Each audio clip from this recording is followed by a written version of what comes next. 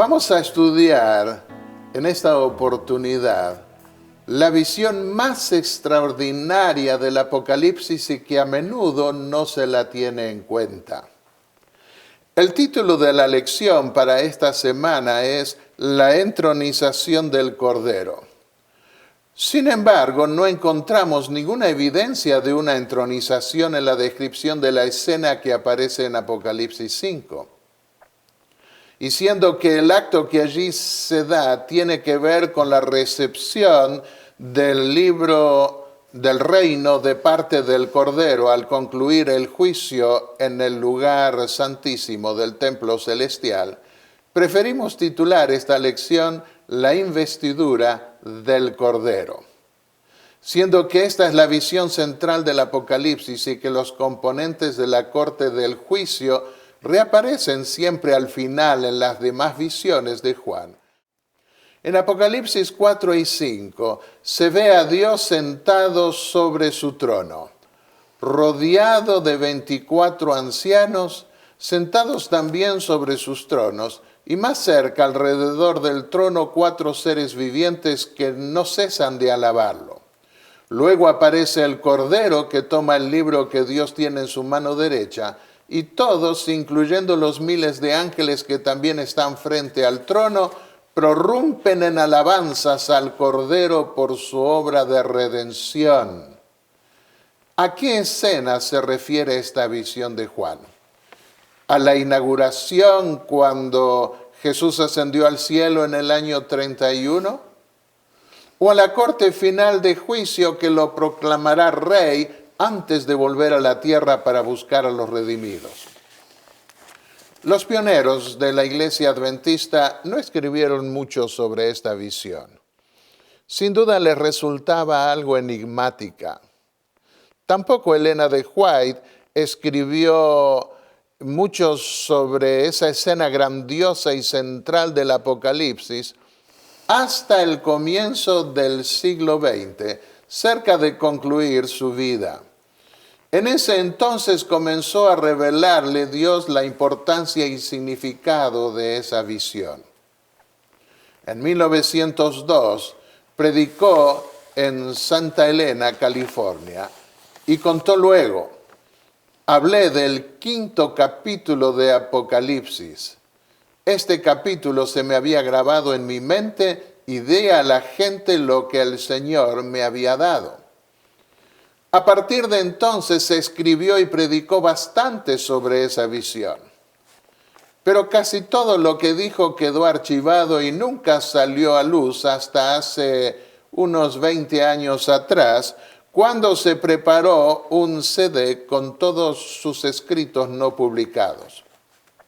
Se me autorizó a investigar el tema por 3 días enteros en el Centro White de Washington, D.C.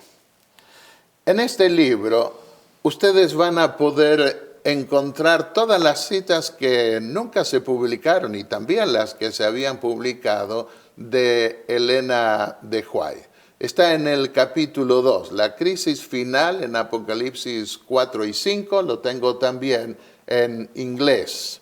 Y también también llegué a publicar en este seminario 3 del santuario, las expectaciones apocalípticas del santuario, llegué a publicar las citas principales de ella con algunos datos adicionales de la arqueología y del monte del templo en Jerusalén. Pero sigamos adelante con respecto al tema que nosotros estamos estudiando. Posteriormente, Sarah Peck, quien fuera secretaria de Elena de White en Australia y compiladora de sus escritos sobre educación, escribió un libro titulado The Path to the Throne of God, la senda al trono de Dios. Y ella vinculó la puerta abierta del trono en Apocalipsis 4 con el lugar santísimo y el juicio final. Si el candelabro se veía frente al trono, se debió, según su explicación, a que la puerta entre el lugar santo y el santísimo estaba abierta. Desde entonces, la mayoría de los escritores adventistas vinculó durante todo el siglo XX esa visión con el juicio final. Sin embargo, durante las últimas 2 décadas del siglo XX, comenzaron a aparecer algunos teólogos adventistas que restaron importancia a los detalles espaciales del templo celestial y comenzaron a vincular la visión del trono con la inauguración de Cristo como nuestro sumo sacerdote en el templo celestial. Al haber estudiado en centros no adventistas que se vuelcan al pasado presumiendo que todo se cumplió en la cruz del Calvario, les resultó más fácil a algunos de nuestros hermanos adoptar ese molde teológico que ignora una segunda coronación del Cordero en la conclusión de su ministerio sacerdotal. Hacia fines del siglo XX, cierta tendencia futurista comenzó a manifestarse en algunos hermanos que pretendían que los sellos y las trompetas no se habían cumplido aún o que volverían a cumplirse en el futuro. Para hacer frente a esa tendencia, muchos pensaron que era mejor ubicar la escena del trono al comienzo del cristianismo. Pero un error no se combate con otro error. Por otro lado, al leer la descripción que Elena de White dio en su libro Deseado de todas las gentes sobre la recepción inaugural de Cristo en el templo del cielo, en donde refiere el trono de Dios rodeado de un arco iris y a los ángeles cantando alabanzas del Hijo de Dios, dedujeron que ella estaba aplicando la visión de Apocalipsis 4 y 5 a esa ceremonia inaugural. Pero ella hizo lo mismo con la escena final en la corte de juicio. La pregunta es, ¿a qué trono se refirió Elena de White en su libro Deseado de todas las gentes? ¿Tuvo que ver con el trono inaugural de Hebreos 1, 8 y 9 y que también aparece en el capítulo 4? ¿O con el trono final descrito en Apocalipsis 4, 2 y que se menciona también en Mateo 25, en los versículos 31 y 32. Algunas declaraciones parecen sugerir que el mismo concilio que se convocó para la inauguración del ministerio de Jesús en el cielo iba a ser convocado para la conclusión de su obra de juicio en el mismo santuario y con un arreglo semejante, con la puerta abierta al lugar santísimo.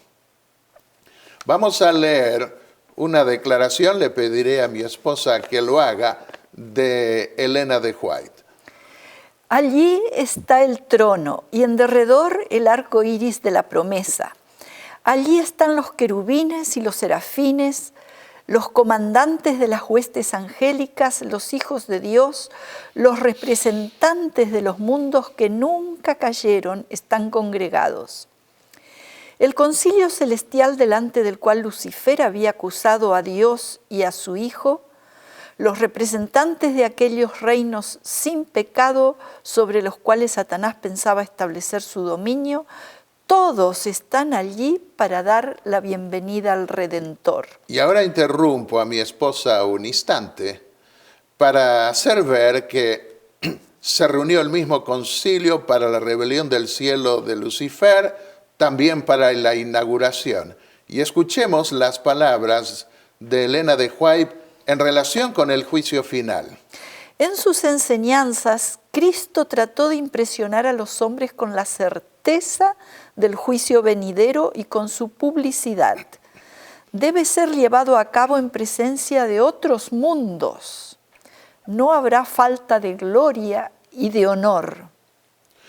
Según ya vimos, Elena de White ubica el trono de Apocalipsis 4 en el lugar santísimo y en conexión con el comienzo del juicio en 1844.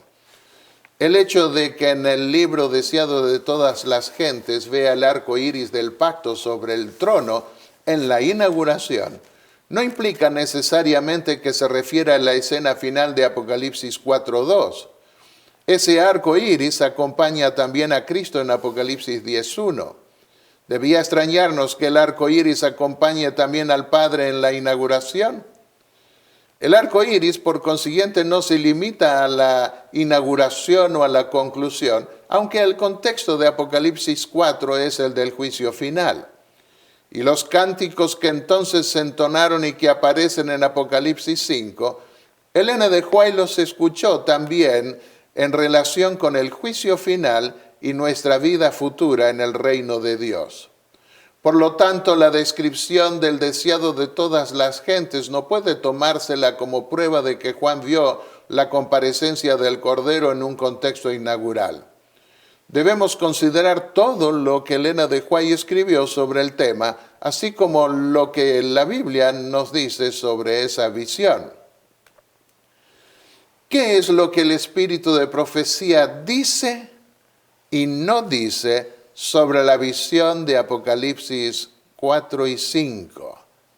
En primer lugar, ella nunca vinculó, el espíritu de profecía nunca vinculó la puerta abierta de Apocalipsis 4:1 a la inauguración del templo celestial. Por el contrario, la relacionó con la puerta abierta de Apocalipsis 3, los versículos 7 y 8, en relación con un día de la expiación antitípico, que llamamos juicio investigador. Esa puerta de Apocalipsis 3:7 le fue revelada por Dios, no la tomó de ningún pionero. Leamos. En Apocalipsis 3:8 se nos dice, aquí hay alguien que lo ve todo y dice, he puesto ante ti una puerta abierta. A través de esta puerta se mostró el trono de Dios, sombreado por el arco iris de la promesa. Apocalipsis 4:1 al 3. La señal del pacto eterno mostrando que la misericordia y la verdad están juntas y extrayendo del que lo contempla alabanza al Señor. Un segundo punto. Elena de White nunca vio muchos tronos en el lugar santo, sino solo uno donde se sentaba el Padre y el Hijo. Pero cuando llegó el momento de trasladar el ministerio intercesor de Cristo al lugar santísimo, declaró asombrada que vio tronos que no había visto nunca antes. Y nunca los vio fuera de ese lugar, tampoco en el resto de su vida. Leamos. Vi un trono y sentado sobre él el Padre y a su Hijo Jesucristo, por el contexto en el lugar santo. Entonces vi al Padre levantarse del trono y en un carro de llamas ir al lugar santísimo dentro del velo y se sentó. Allí vi tronos que no había visto antes. Entonces Jesús se levantó y entró en el carro y fue llevado al lugar santísimo, donde el Padre se sentó. Allí contemplé a Jesús estando de pie ante el Padre, un gran sumo sacerdote. Nunca el espíritu de profecía ubicó el trono de Apocalipsis 4:4 en el lugar santo. Vio, por el contrario, debajo de ese trono el propiciatorio del arca en el lugar santísimo. Leamos. Vuelvan su rostro a la luz, al trono de Dios. ¿Qué es lo que verán allí? El arco iris del pacto, la promesa viviente de Dios, según Apocalipsis 4:3. Debajo está el propiciatorio. Vayan al trono de la gracia, se les responderá del propiciatorio. Toda vez que venimos al trono de Dios pidiendo la misericordia, podemos mirar hacia arriba y contemplar el arco iris de la promesa y encontrar en él la seguridad de que nuestras oraciones serán respondidas. Nunca el espíritu de profecía proyectó la toma y posesión del libro sellado, así como su apertura a un acto sacerdotal inaugural de Cristo. Siempre ubicó esa ceremonia en el futuro, en la conclusión de su obra mediadora en el templo celestial. Otra vez, confirmémoslo con la declaración literal de Elena de White. El tiempo vendrá cuando todos lo alabarán, diciendo, tú eres digno de tomar el libro y abrir sus sellos. Digno es el Cordero que fue muerto de recibir poder, riqueza, sabiduría, fuerza, honor, gloria y bendición. Su decisión, no tenemos rey sino a César, su sangre sea sobre nosotros y sobre nuestros hijos, fue registrada en el libro que Juan vio en la mano de aquel que se sienta en el trono, el libro que ningún hombre podía abrir. Con todo su carácter vindicativo aparecerá esta decisión delante de ellos, de los judíos, el día en que este libro sea abierto por el león de la tribu de Judá. Podemos comparar estas declaraciones con Deuteronomio, el capítulo 31, y también con los evangelios, donde se muestra que habría un juicio en el futuro. Pero veamos una declaración más. Este espantoso clamor ascendió al trono de Dios. Esa sentencia que pronunciaron sobre sí mismos fue escrita en el cielo, esa oración fue oída. Terriblemente se habrá de cumplir esta oración en el gran día del juicio. Un quinto aspecto, nunca vinculó Elena de White el trono de David con el trono sobre el que se sentó Cristo al ascender al cielo. Por el contrario, Elena de White fue enfática al decir que el trono de David no le sería dado sino al concluir su obra mediadora en el templo celestial. Veamos esta declaración. Se sentará y reinará sobre su trono, siendo sacerdote sobre su trono, no todavía sobre el trono de su gloria. El reino de gloria no le ha sido dado aún. Solo cuando su obra mediadora haya terminado, le dará el Señor Dios el trono de David su padre, un reino del que no habrá fin. Esto no ocurrirá antes que Jesús haya concluido su oficio sacerdotal en el santuario celestial. Depuesto su ropaje sacerdotal y puesto sobre sí sus ropas más reales, coronado. Pude contemplar a Jesús levantándose de su trono de mediación e ir al lugar santísimo como el esposo para recibir su reino. Entonces vi que Jesús se despojaba de sus vestiduras sacerdotales y se revestía de sus más regias ropas. Llevaba en la cabeza muchas coronas, una corona dentro de otra. Rodeado de la hueste angélica, dejó el cielo. Un sexto punto de lo que Elena de White dijo y no dijo. Nunca negó ella que la visión de Apocalipsis 4 y 5 estuviese relacionada con el juicio final. Al contrario, lo afirmó categóricamente. Entre las numerosas citas que junté en mi libro, les comparto aquí la siguiente. Leemos de un libro en el Apocalipsis que estaba en la mano de uno. Allí se lo vio y nadie podía abrir el libro, y había gran lamentación y llanto y agonía, porque no podían abrir el libro. Pero uno dice, aquí hay uno, el león de la tribu de Judá, él puede abrir el libro. Él toma el libro y entonces, ¡oh, qué regocijo había! Se abrió el libro y ahora puede ser leído, y cada caso será juzgado según las cosas que están escritas en el libro.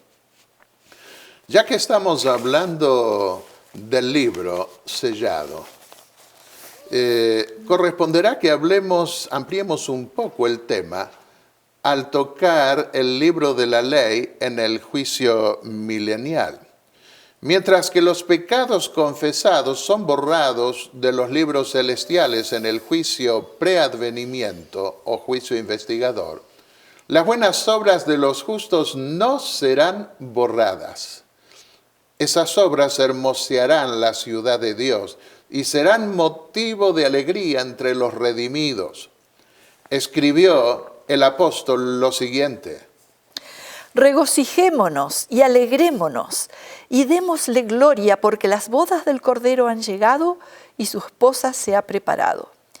Y a ella le fue concedido vestirse de lino fino, resplandeciente y limpio, porque el lino fino son las acciones justas de los santos. Apocalipsis 19, 7 y 8. El libro de la ley, junto con el de las buenas obras, vindicará a los redimidos durante el juicio milenial, en contraste con las malas obras que condenarán a los malvados.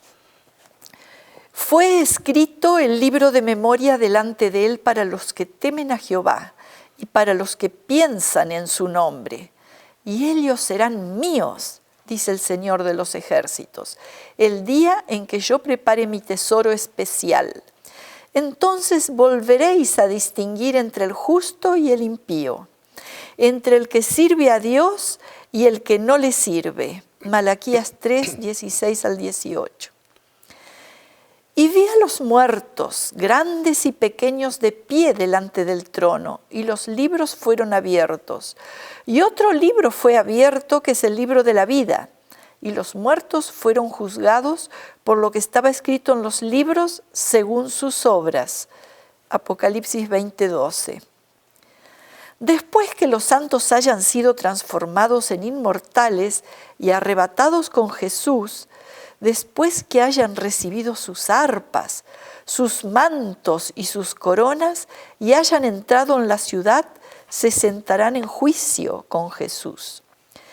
Serán abiertos el libro de la vida y el de la muerte. El libro de la vida lleva anotadas las buenas acciones de los santos y el de la muerte contiene las malas acciones de los impíos.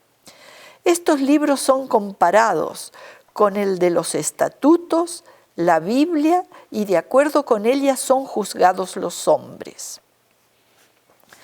Todo verdadero conocimiento obtenido en esta vida será retenido por nosotros en el cielo. Allí se perfeccionará nuestra educación.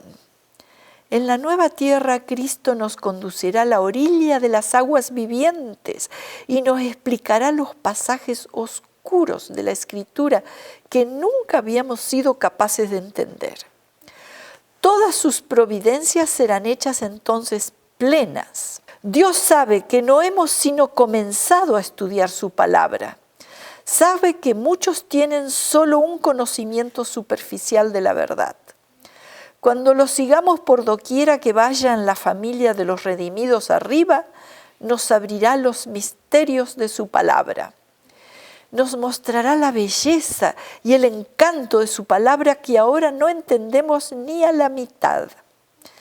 Entonces arrojaremos nuestras relucientes coronas a sus pies y tocando nuestras arpas de oro llenaremos todo el cielo con rica música, cantando: digno es el Cordero que murió y que vive otra vez, un conquistador triunfante. Demos otra mirada ahora a algunas especificaciones claves que encontramos en la visión del trono y en la investidura final del Hijo de Dios. 2 veces invita a Jesús a Juan a mirar lo que va a suceder después de la visión anterior en la que Jesús oficiaba como sacerdote en el lugar santo del templo celestial. En otras palabras, la apertura de la puerta en Apocalipsis 4 y 5 no se dirige a un pasado anterior, aún al de la primera visión. Tampoco tiene sentido pretender que Jesús va a mostrarle a Juan lo que debe suceder después de lo que va a mostrarle. El después tiene que ver con algo que va a suceder después del año 90, cuando recibió la visión. Según un estudio arqueológico topográfico del Monte del Templo, el lugar santísimo en el Templo de Salomón estaba entre 6 pies más alto que el lugar santo, o 10 pies más alto, según lo da a entender el Antiguo Testamento, en el primer libro de los Reyes, el capítulo 6, los versículos 2, 17 y 20 más específicamente. No tenemos aquí tiempo de estudiar esto en detalle. Por documentación bíblica y arqueológica, ustedes pueden ver en mi libro que tiene que ver con las expectaciones apocalípticas del santuario. Allí doy la documentación de los estudios más recientes que se han hecho sobre el monte del templo en Jerusalén. Por eso el profeta Isaías declaró: vi al Señor sentado en un trono alto y sublime. Y es por esa razón también que Juan fue llamado a subir al cuarto del trono en el lugar santísimo, luego de ver a Jesús entre los candelabros del lugar santo en la primera visión. Pero, ¿quiénes son los 24 ancianos? ¿Y por qué están sentados sobre tronos? ¿A qué representan y por qué se los ve frente al trono de Dios? Digamos en primer lugar que los 24 ancianos son ángeles poderosos que secundan la labor del juez del universo. Dios no reina solo, sino que comparte con sus criaturas las decisiones de su gobierno. Leamos del espíritu de profecía las siguientes palabras. Juan estaba angustiado ante la incapacidad manifiesta de todo ser humano o inteligencia celestial de leer las palabras o aún mirarlo. Su alma estaba perturbada a tal punto de agonía y suspenso que uno de los ángeles fuertes tuvo compasión de él y poniendo su mano sobre él le dijo en tono tranquilizador: no llores. He aquí el león de la tribu de Judá, la raíz de David, ha prevalecido para abrir el libro y desatar los 7 sellos. Y aquí interrumpo para que prestemos atención a este hecho. Es uno de los ancianos el que le dice lo que Elena de White refiere como un ángel fuerte. Y uno de los ancianos me dijo: no llores. He aquí el león de la tribu de Judá, la raíz de David, ha vencido para abrir el libro y desatar sus 7 sellos. Apocalipsis 5:5. Sí, los ángeles del cielo tienen coronas también que arrojan a los pies del Señor, como en Apocalipsis 4. Esas coronas que poseen no son necesariamente de triunfo, sino de jerarquía. El griego de la Septuaginta, esa traducción del Antiguo Testamento hebreo al griego, usa la palabra Stefanos. En Primera Crónicas 22, Jeremías 13:18, Zacarías 6:11 y 14 y Apocalipsis 9:7. Y usa la palabra Stefanos no para hablar de triunfo, sino de jerarquía. En efecto, los léxicos griegos afirman que la palabra Stefanos se la emplea también para demostrar un rango o dignidad especial.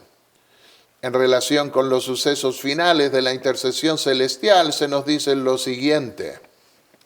Los ángeles velan sus rostros delante de él cuando se sienta sobre su trono.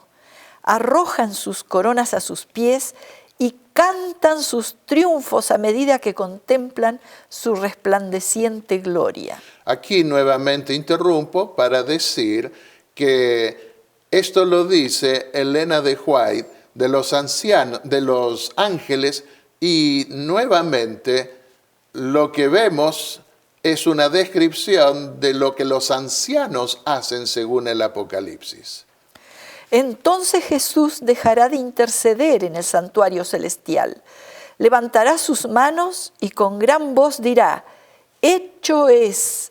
Y todas las huestes de los ángeles depositarán sus coronas. En la visión de Juan, el Cordero no se sienta sobre el trono, sino que permanece de pie para ser investido como rey. Esta es la escena que vio también el profeta Daniel siglos antes sobre la misma ocasión. En el capítulo 7 de su libro vio a Dios sentarse en juicio en medio de otros tronos que se establecen para juzgar a su pueblo y al Hijo del Hombre comparecer ante él para recibir poder y alabanzas universales. Y Jesús dijo que al concluir el juicio, el Hijo del Hombre se sentaría sobre un trono para separar las ovejas de los cabritos. Mateo 25, 31. Juan mismo lo ve venir luego sentado sobre una nube con varias coronas o diademas sobre su cabeza. Apocalipsis 14, 14. Leamos del espíritu de profecía lo siguiente. Santos ángeles se unirán al canto de los redimidos. Aunque no puedan cantar por conocimiento experimental, nos lavó con su sangre y nos redimió para Dios, no obstante captan el gran peligro del que se ha salvado el pueblo de Dios. ¿No fueron acaso enviados para levantar en favor de ellos una bandera contra el enemigo? Pueden simpatizar plenamente con el ardiente éxtasis de los que han vencido por la sangre del Cordero y de la palabra de su testimonio. No está de más aclarar que el espíritu de profecía nunca se refirió a los 24 ancianos como seres humanos glorificados. No cometió el error de pretender que los santos resucitados estén sentados sobre tronos y con coronas antes que el Hijo. Según algunos presumen, se hubiese sentado y hubiese sido coronado en la inauguración de su sacerdocio celestial. Ni tampoco podían aparecer sentados esos ancianos con tan alto honor en una corte final que tiene como propósito juzgar al pueblo de Dios, incluidos ellos mismos. La visión del juicio en Daniel 7 representa a Dios como anciano de días, ya que por su madurez solo los ancianos eran considerados dignos de juzgar, Levíticos 19:32, Isaías 3:4, etc. De manera que la descripción de los 24 ancianos no podía ser más fuerte para representar una escena de juicio, ni tampoco pretender que debían ser seres humanos glorificados. En Apocalipsis 4 y 5 representan a una corte de venerables. En efecto, en Mateo 5:22, Jesús anticipó que habría un Sanedrín celestial. Literalmente dice Sanedrín, algunas versiones traducen concilio, lo que nuevamente apunta a ángeles, no a seres humanos. El Sanedrín judío estaba compuesto por cortes de 24 ancianos en cada ciudad y 3 cortes de 24 ancianos en Jerusalén, aunque a menudo indicaba 23 ancianos y 70 o 71, el común denominador era 24. En otras palabras, los 24 ancianos son una réplica de la corte de David, que estaba compuesta por los ancianos o jueces que se sentaban para juzgar sobre tronos junto a él. Salmos 122, 4 y 5. También Jesús anticipó que en la corte final el Hijo iba a ser glorificado y honrado como lo era el Padre. San Juan 5, versículos 22 y 23. ¿Qué más debía decirse para proyectar la escena de juicio final en la visión central de Apocalipsis que estamos estudiando? Los títulos dados al Cordero no son sacerdotales, sino reales. El león de la tribu de Judá, la raíz de David. Y aunque el término cordero es en referencia al cordero que era sacrificado en el templo, aquí no funciona ese título como un título sacerdotal. Les puedo probar esto al leer Apocalipsis 17:14, si ustedes leen allí, por ejemplo, porque Juan lo aplica a Cristo después que concluyó su obra sacerdotal. Al describir una de sus primeras visiones, Elena de White escribió, en efecto, vi que Jesús se despojaba de sus vestiduras sacerdotales y se revestía de sus más regias galas. Llevaba en la cabeza muchas coronas, una corona dentro de otra. Rodeado de la hueste angélica, dejó el cielo. Preguntémonos, si el Señor le estaba mostrando a Juan una visión inaugural, ¿por qué se puso a llorar cuando ve que no había nadie ni en el cielo ni en la tierra que fuese digno de tomar el libro y abrir sus sellos? Apocalipsis 5, versículos 3 al 5. Juan sabía que Jesús había vencido y que se había sentado a la diestra de Dios 60 años antes. Había sido testigo de ello al recibir el Espíritu Santo en el Pentecostés. Pero ahora llora porque está ante una situación diferente. Es la escena misma del juicio y el libro que garantiza la herencia de los redimidos está sellado. ¿Por qué no aparece el Señor en su momento tan crucial para abrirlo? David fue ungido por los ancianos, 2 Samuel 5:3, 1 de Crónicas 11:3, quienes a su vez determinaban en juicio quiénes serían admitidos en la ciudad en donde los que eran perseguidos buscaban refugio. Josué 20, versículos 1 al 5. Por esto en Apocalipsis 5 son los ancianos los que aclaman al Cordero cuando recibe el libro que lo hará rey, y lo alaban por haber hecho dignos de reinar con él a quienes rescató con su sangre. En otras palabras, de ser admitidos en la ciudad de Dios. El texto griego de Apocalipsis 5 no sugiere que el libro sellado está sobre el trono a la diestra de Dios, sino que afirma específicamente que está en la mano del que está sentado sobre el trono. Lo buscamos en Apocalipsis 1, 17, 20 y el capítulo 2 y el versículo 1, donde se usa el mismo término griego, dexios. Fuera del Apocalipsis encontramos el mismo término en Mateo 6:3, 27, 29 y en Gálatas 2:9. Claramente referido de nuevo a la mano, aunque tampoco aparece el término cheiros, que significa mano. Jesús mismo también, mediante el espíritu de profecía, explica ese pasaje diciendo lo siguiente. Allí, en su mano abierta, yace el libro.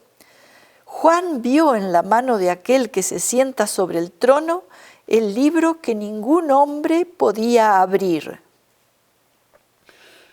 ¿A qué libro se refiere Juan? Al libro del pacto, que era a su vez el libro de la herencia que Dios ordenó colocar al lado del arca del pacto donde estaba el trono de Dios en el templo terrenal. Ese libro debía permanecer allí sellado como testimonio en el juicio contra los violadores del pacto. Cuando se coronaba un descendiente de David, se le daba el libro de la ley, Deuteronomio 17, versículos 18 y 19. La entrega del padre a su hijo del libro de la ley implica, por consiguiente, la transferencia del reino simbolizado por el reino de David, que debía tener lugar al concluir el juicio. Es el Padre quien le confiere al Cordero la facultad de ser rey, y esto se lo representa gráficamente, como en la antigüedad cuando se investía un rey sobre su pueblo, al darle el libro sellado que ningún otro ser, ni en el cielo ni en la tierra, puede abrir. En otras palabras, esa asunción no la toma el Cordero por su propia cuenta. Allí, en su mano abierta, está el libro, el rollo de la historia de las providencias de Dios, la historia profética de las naciones y de la Iglesia. Allí están contenidos los pronunciamientos divinos, su autoridad, sus mandamientos, sus leyes, el consejo simbólico entero del Eterno y la historia de todos los poderes gobernantes de la tierra. El lenguaje simbólico se encontraba en ese rollo la influencia de cada nación, lengua y pueblo, desde el principio de la historia de la tierra hasta su cierre. Y antes de leer la siguiente cita, yo quiero llamarles la atención al hecho de que Elena de White se refiere a la Biblia en términos semejantes a los que acabamos de leer sobre ese libro sellado que está en el cielo. En Historia y Profecía, la palabra de Dios describe el largo y continuado conflicto entre la verdad y el error. Los 4 seres vivientes estaban esculturalmente representados en el lugar santísimo del templo de Salomón. A los 2 querubines que Moisés había hecho labrar en oro sobre el arca del pacto, Salomón agregó 2 querubines más que mandó poner a los 2 extremos del lugar santísimo. Todo apunta de nuevo a una escena que no se desarrolla a lo largo de la dispensación cristiana, sino al final, con la apertura de la puerta al lugar santísimo. Un detalle más. El Cordero aparece con 7 ojos antes de recibir el libro que lo facultará para ser rey, y antes de la aclamación de los 4 seres vivientes y de los ancianos. Esto prueba que esa facultad la recibió antes, no en la escena que se le muestra ahora al apóstol, por lo cual se hace difícil imaginarse con esa descripción un derramamiento inaugural del Espíritu Santo como en el Pentecostés. Además, el Espíritu Santo es una persona, no 7. Los 7 espíritus parecen referirse allí a 7 ángeles mediante los cuales opera, sin duda, el Espíritu también. Juan vio en su introducción al libro del Apocalipsis los 7 espíritus delante de su trono, Apocalipsis 1, versículos 4 y 5.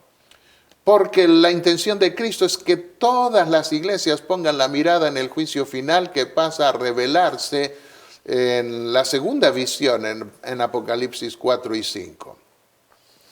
La descripción de los 7 espíritus que se relacionan con los ojos del Cordero tiene su contraparte en la visión de Zacarías 1, los versículos 10 al 11, donde se le explica al profeta que son los que el Señor ha enviado a recorrer la tierra, para decirle al ángel del Señor, para darle al ángel del Señor un reporte de lo que vieron. El profeta toma la figura del sistema de información que tenía la administración persa, cuyos informantes eran llamados los ojos del rey.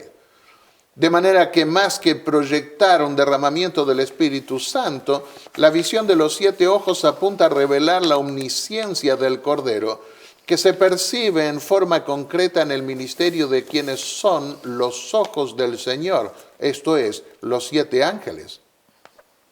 Algo semejante puede percibirse en los cuernos del Cordero, que representan su poder omnipotente, ya que el número 7 es símbolo de algo completo. Jesús no recibe ese poder en la visión de Juan, sino que ya lo posee aún antes de recibir el libro que lo faculta para ser Rey de Reyes y Señor de Señores. Apocalipsis 5:6 refiere simplemente el papel que esos ángeles desempeñan como enviados del Señor. Algunas versiones traducen el texto como habiendo sido enviados a toda la tierra, una traducción literal, Berean Literal Bible en inglés. Otra versión, la de Good News Translation, han sido enviados por toda la tierra, como algo que sucedió antes. Concluyamos. Es lamentable que se haya privado al mundo cristiano en general de la visión más gloriosa de la corte del cielo que está por coronar a Cristo como Rey de la Nueva Jerusalén. Las iglesias católicas y ortodoxas, así como las protestantes y las evangélicas, están volcadas hacia el pasado inaugural y se han vuelto incapaces de captar la importancia de lo que está teniendo lugar en estos momentos en el cielo.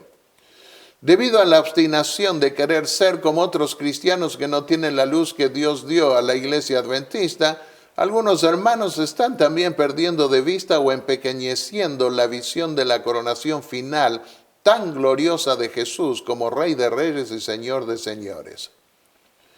Leamos una cita más del espíritu de profecía sobre la visión de Apocalipsis 5, cuyo contexto es de nuevo claramente el del juicio. ¿Qué hará el tal el día en que los libros se abran y cada ser humano sea juzgado según las cosas escritas en los libros? El quinto capítulo del Apocalipsis debe estudiarse con atención. Es de gran importancia para todos los que tendrán una parte que cumplir en la obra de Dios para estos últimos días. Hay algunos que están engañados, no se dan cuenta de lo que está por venir sobre la tierra. A menos que hagan un cambio decidido, se hallarán faltos cuando Dios pronuncie juicio sobre los hijos de los hombres. Han transgredido la ley y quebrado el pacto eterno, y recibirán de acuerdo a sus obras. La visión de Apocalipsis 4 y 5 es de suprema importancia hoy, debido a que mientras que los hombres en la tierra se preparan para honrar al anticristo, lo vemos en Apocalipsis 13, versículos 3 y 4, en el cielo todos los ángeles se preparan para honrar al Creador y al Redentor, Apocalipsis 4 y 5. Esa visión es más relevante hoy que nunca porque debe llevarnos a contemplar y glorificar a Dios y a su Hijo en armonía con la proclamación de su gloria en el cielo. Apocalipsis 14, 7, temed a Dios y dadle gloria. Necesitamos saber que pronto estaremos frente a Dios, frente a Cristo y a los 4 seres vivientes, así como frente a los ángeles del cielo en la corte celestial. Lo vemos en Apocalipsis 7, versículos 9 al 12, Apocalipsis 14, versículos 1 al 3, Apocalipsis 19, versículos 1 al 8. También aparecen en Apocalipsis 11, versículos 15 al 19. Podemos realmente imaginarnos lo extraordinario y tremendo que será eso. Preparémonos para ese evento glorioso que nos aguarda.